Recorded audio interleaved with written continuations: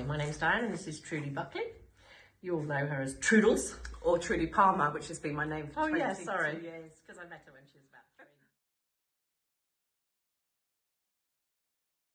3. When did you realise that something needed to change? When I started drinking in the morning.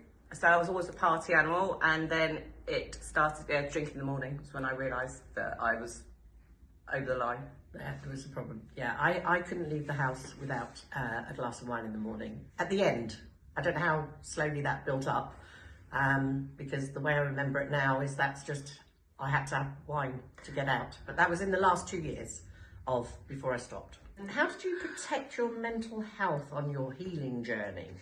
I disassociated with all my friends. Yeah. So Diane helped me get sober. Diane's 6 months more sober than me. I just kept an eye on her. She Didn't help her. She did it. No, she actually did help me. I did nag a bit, but you know, not much. But she can cook. Yes. Okay. So Diane moved in. So yeah, apart from Diane, really, I got rid of all my old drinking friends, everyone. What things did you find helpful in recovery and maybe still do? I went to AA for 2 years and I found foundation really helpful. Even though I'm not in any of the groups anymore, I still hang around with them and see them. But yeah, how about you? Yeah, mine was distraction therapy. I just played computer games or on my phone. I played Candy Crush. I still play Candy Crush. I'm at over level 10,000. So that's 1,000 levels a year. Really? Yes.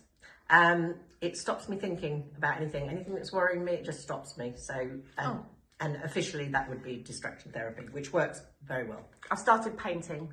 There you go. That's yes. what I do. Oh, yeah, yes. yeah, painting. Yeah. Did you use any services to help you, like Shout? I used AA, and then I was instructed by social services to use Smart. I used Smart in Wokingham or in Wokingham, but I had a bad experience, which is for another video, maybe. During my proper recovery in Maidenhead, when I'd moved in with my sister, because I was then homeless, it was run by addicts. Yeah. And everything I'd already been told, I was told again, but it meant something this time. It's like we've said, you need somebody who can relate to you. There's no point in talking about addiction to somebody who's never, pined for a second yogurt, or, it just doesn't make sense to them. They don't understand what you're talking about. I did have to call the crisis team, which is on the lines with Shout. And the big thing that I can say about that is, it wasn't that anyone else can do anything for you, in my opinion. It's the fact that you can talk to somebody that is not judging you or coming up with silly ideas of how to sort your problem when they have no knowledge. No insulting the guy that came to see me. He did stop me wanting to kill myself, because I just looked at him and thought, got to sort this out yourself, Diane. Yeah.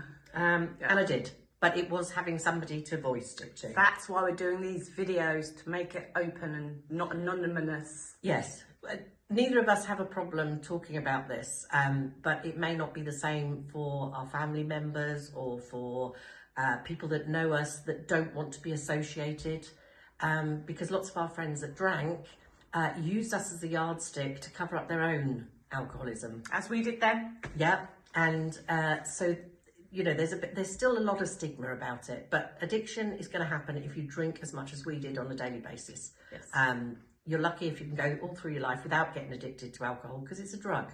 What's one bit of advice you would give to anyone going through addiction recovery on how to protect their mental health? Peace of mind, it's believing in yourself. We all need to work on ourselves. We've got to this state in the world where we don't think we're good enough. 100%. And that might be how we got into the addiction cycle in the first place, because Trudy and I have got similar ghosts from the past. All of us have issues, that we need to deal with. And they might be simple. They might be really simple. But Trudy and I couldn't deal with whatever life was throwing at us. And at some point, probably because we did it with work, we probably were not using alcohol when we first had it as a coping mechanism. Oh no, we were encouraged as well. It was our way of life. Yeah. But at some point, it became a way we coped with things. Yeah, I think it's really important to find your people, and if they're not your people, just get them out of your life. Yeah. That's what I've learned. Yes, because not everybody cares about you. No. And I think my problem was with my heart on my sleeve. I'm only just learning now, 9 years sober, 9 years, that some of the people that I spoke to didn't actually care.